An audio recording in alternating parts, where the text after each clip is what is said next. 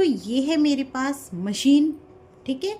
अब इसके साथ जो मुझे अटैचमेंट मिला है वो है इसका मेन पार्ट, ये हमारा इसका फुट, और है इसकी ये फुट में है ये लगे हुए वायर। इस तरीके से ये वायर इस फुट में ये इस तरीके से हमारे लगे हुए हैं। अब ये वाली जो वायर है इसको तो हमें लगाना है अपने स्विच के अंदर, जो भी हमारा बोर्ड है उसके अंदर, और जो हमारा ये वाला वायर है ये इस तरीके का, इसको लगाना है मुझे मशीन के अंदर। तो मैं आपको मशीन में लगा कर दिखाती हूँ। ये देखो, अब ये इस तरीके से ये है, और ये यहाँ पर ये प्लग लगा हुआ है हमारे, इसके अंदर हम इसको लगा देंगे। ये वाला जो हमारा स्विच है ये हमारी लाइट का है, और जो इसका फुट का ये दूसरा वाला वायर है इसको लगा दूंगी मैं प्लग के अंदर। ये वाला जो वायर है इसको लगा दूंगी मैं प्लग के अंदर।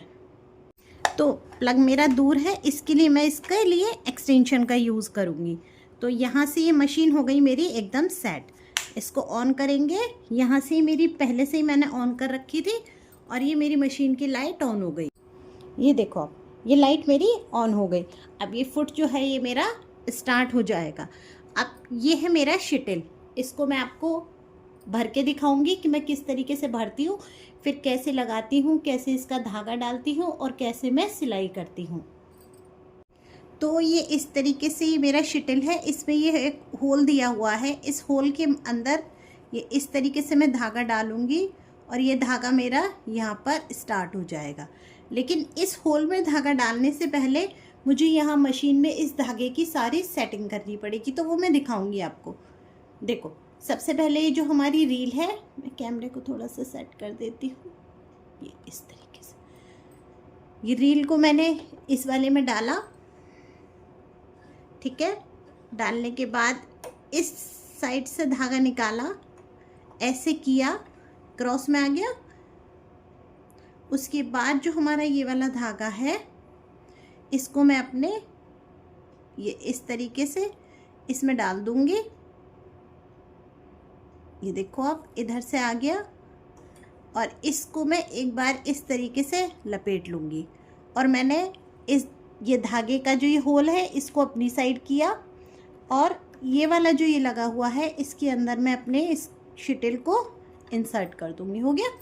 करने के बाद ऐसे कर देंगे, ये हमारा लॉक हो गया। अब हमारा जो ये सुई वाला पार्ट है ये नहीं चलेगा। अब ये जो हमारा फुट है इससे हम मशीन को चालू करेंगे। तो ये चाहे आप पैरों से चला लो, चाहे हाथ से चला लो, जैसे भी आपको जगह। अब ये देखो, आप मैं इसको फुट को प्रेस करूँगी तो शटल मेरा भर जाएगा। ये देखो, अपने आप से शटल मेरा भर जाएगा। अब जब हमारा इधर शटल भर रहा होता है, इतनी देर हमारा जो ये सुई वाला पार्ट है वो हमारा लॉक रहता है। अब शटल मशीन के अंदर लगा लेते हैं। तो ये जो ये धागा है इसको हमें इस तरीके से अपनी साइड कर लेना है, ये देखो, ठीक है।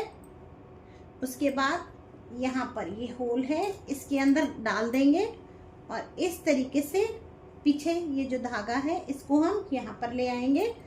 ये है इसका कवर, और इसको हम अपने कवर को इस तरीके से बंद कर देंगे, ठीक है। अब हम डालते हैं सुई में धागा। तो सुई में धागा डालने के लिए तो मैं थोड़ा सा मशीन को इस तरीके से घुमा देती हूँ। अब देखो, सुई में धागा डालने के लिए ये वाला साइड तो हमने ये शटल जो था हमारा वो हमने पहले ही सेट कर लिया था। अब ये जो धागा है इसको बस इस तरीके से करना है। ये दो लाइनें बनी हुई हैं, तो इसमें पहली वाली लाइन में हम इस तरीके से डालेंगे। ये जो हमारा ये गोल वाला है इस तरीके ऐसे घुमाएंगे, और यहाँ पर ना ये ऊपर की साइड ये धागे को हम अपने इस तरीके से घुमा देंगे, ठीक है। घुमाने के बाद ये नीचे की साइड यहाँ पर ना, ये यहाँ पर एक छोटा सा ये एक वायर सी लगी हुई है, उसके अंदर हम अपने इसको धागे को निकाल लेंगे, फिर सुई में डालेंगे, और सुई में डालने के बाद नॉर्मल जैसे सुई में डालते हैं वैसे डालेंगे, और धागे को हम पीछे की तरफ से बाहर निकाल देंगे। ये देखो, अब नॉर्मल सिलाई के लिए मैं इसको ऐसे 8 नंबर पे रखती हूँ। तो इस पे एकदम मेरी वुलन पे सिलने के लिए 8 नंबर, ये 9 नंबर एकदम सेट है। चाहे तो आप नॉर्मल सिलाई के लिए भी 8 पे रखो या फिर 9 पे रखो। और ये वाला जो है ये मैंने इस तरीके से, ये 8 नंबर पे सेट है और ये वाला जो है ये 4 नंबर पे सेट है, जो ये वाला है। ये मैं बहुत पास से दिखा रही हूँ कि ताकि अच्छे से सारा समझ में आ जाए।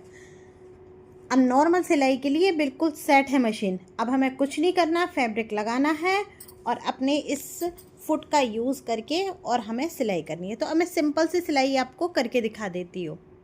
तो फ्रेंड्स, ये थी मेरी आज की, मैंने थोड़ा सा मशीन की, मेरे पास कमेंट आया था कि इसको किस तरीके से यूज़ करते हैं वो बताइए, तो मैंने इस तरीके से बताया है। आई होप आप लोग को समझ में आया हो। और फिर भी अगर आपको लोगों को कुछ भी मेरे से पूछना हो तो आप प्लीज़ मेरे को कमेंट कर दीजिए, मैं आपको बता दूँगी कि मैं किस तरीके से। लेकिन अगर फिर भी मेरे समझाने में किसी तरह की कोई कमी रह गई हो तो आप प्लीज़ मुझे बताइएगा, मैं फिर से आपको दोबारा से आपके क्वेश्चन का आंसर दे दूँगी। ओके फ्रेंड्स, आज के लिए इतना ही, मिलती हूँ फिर आपसे, तब तक के लिए बाय बाय।